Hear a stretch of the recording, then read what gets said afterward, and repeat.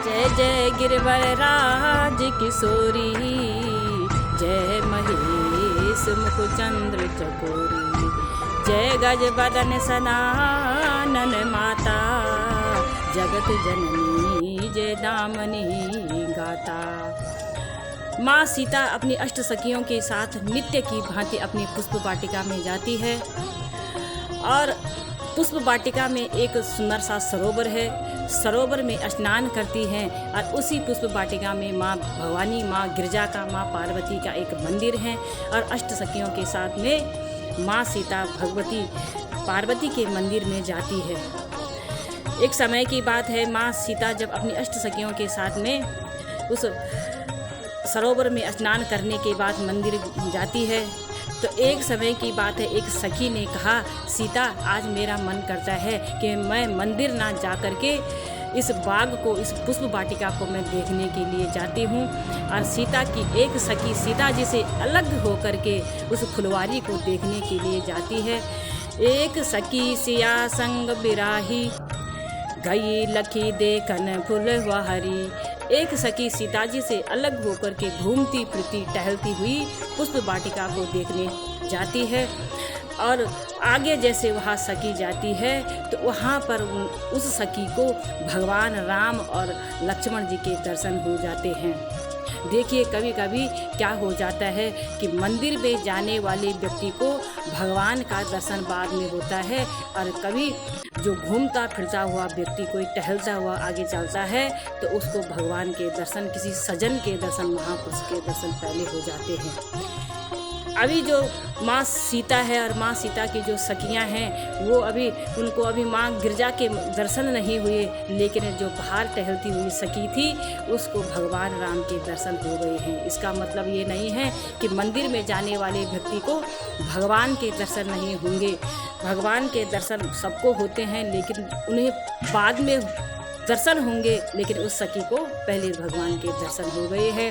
और सीता जी की सखी ने जैसे ही भगवान के दर्शन किए तो वह भगवान के दर्शनों से कृतार्थ होती है, अपने आप को धन्य समझती है और भागती हुई वहाँ पुनः सीता जी के पास आई और सीता जी को सारा वृत्तांत सुनाया कि देवी हे सखी, इस पुष्प वाटिका में 2 राजकुमार आए हैं और उनकी सुंदरता बड़ी अद्भुत है। भगवान शंकर और माता सरस्वती भी नित्य उनकी सुंदरता का वर्णन करेंगे तो भी पूर्ण नहीं हो पाएंगी। तो सीता जी को अपने देव ऋषि नारद जी के वचन याद आते हैं। उस सखी की बात जैसे सुनी, देव ऋषि नारद जी ने कहा था कि सीता, जिस दिन तुम्हारी पुष्प वाटिका में 2 राजकुमार मिलेंगे उन्हीं में से समझ जाना कि जो सांवले वर्ण का राजकुमार होगा वही तुम्हारा पति होगा। और सीता जी को देव ऋषि नारद जी के बातों का स्मरण होता है। तत्पश्चात सीता जी की सखियाँ और सीता जी सरोवर में स्नान करती हैं, गिरजा के मंदिर जाती हैं और वापस आने के बाद सारी सखियाँ भगवान से पूछती हैं, भगवान से पुनः मिलती है, राघव से पूछती है, हे प्रभु श्री राम, आपको पता नहीं था राजकुमारों कि यह जो पुष्प वाटिका है यह हमारी जनक नंदिनी सीता की है। यह वाटिका सीता की है और आपको तो कोई फूल वूल लेना नहीं आना था, आपको तो दरअसल में हमारी लाडली के दर्शन पाना था। हमारी सीता इतनी सुंदर है, हमारी सीता इतनी सद्गुणों की खानी है कि बड़े बड़े महापुरुष, बड़े बड़े तपस्वी, तत्वज्ञ ज्ञानी भी हमारी सीता के दर्शनों के लिए ललायित रहते हैं। और सीता जी की सखियाँ भगवान से इस प्रकार कहती हैं कि तुम्हें तो फूल लेने का एक बहाना था, अक्सर तो तुम्हें हमारी सियाजू के दर्शनों को पाना था। तो इस प्रकार से सीता जी की सखियाँ भगवान राम से कहती हैं। तो समस्त सखियों ने, समस्त भक्तों ने अपना भाव व्यक्त किया है। एक भजन के माध्यम से सीता जी की सखियाँ भगवान राम से वार्तालाप करती हैं और अपना भाव व्यक्त करती हैं। तो एक सुंदर सा भजन इस पावन अवसर पर आप लोग श्रवण करना। इन्हीं शब्दों के साथ जय श्री राम।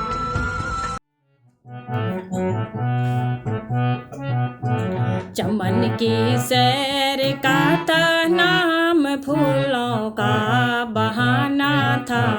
चमन की सैर का था नाम, फूलों का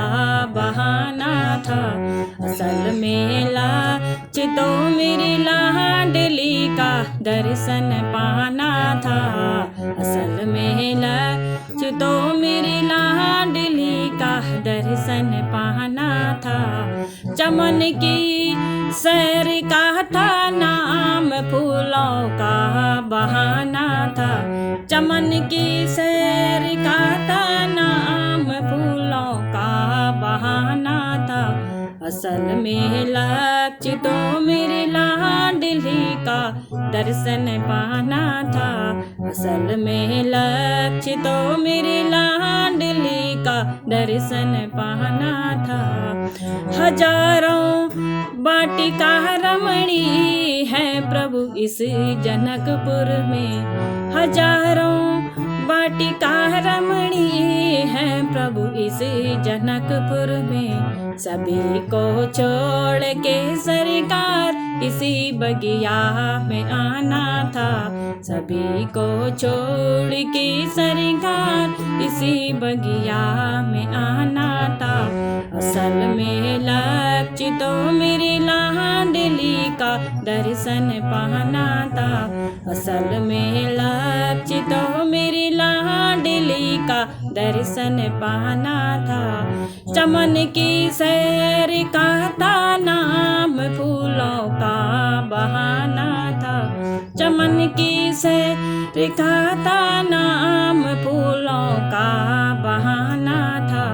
असल में लक्ष्य तो मेरी लाडली का दर्शन पाना था।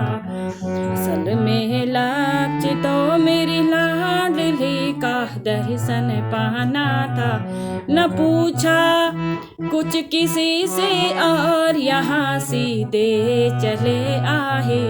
न पूछा है किसी से और यहाँ सीधे चले आए। तुम्हें मालूम था सरकार ये गुलशन जनाना था। तुम्हें मालूम था सरकार ये गुलशन जनाना था।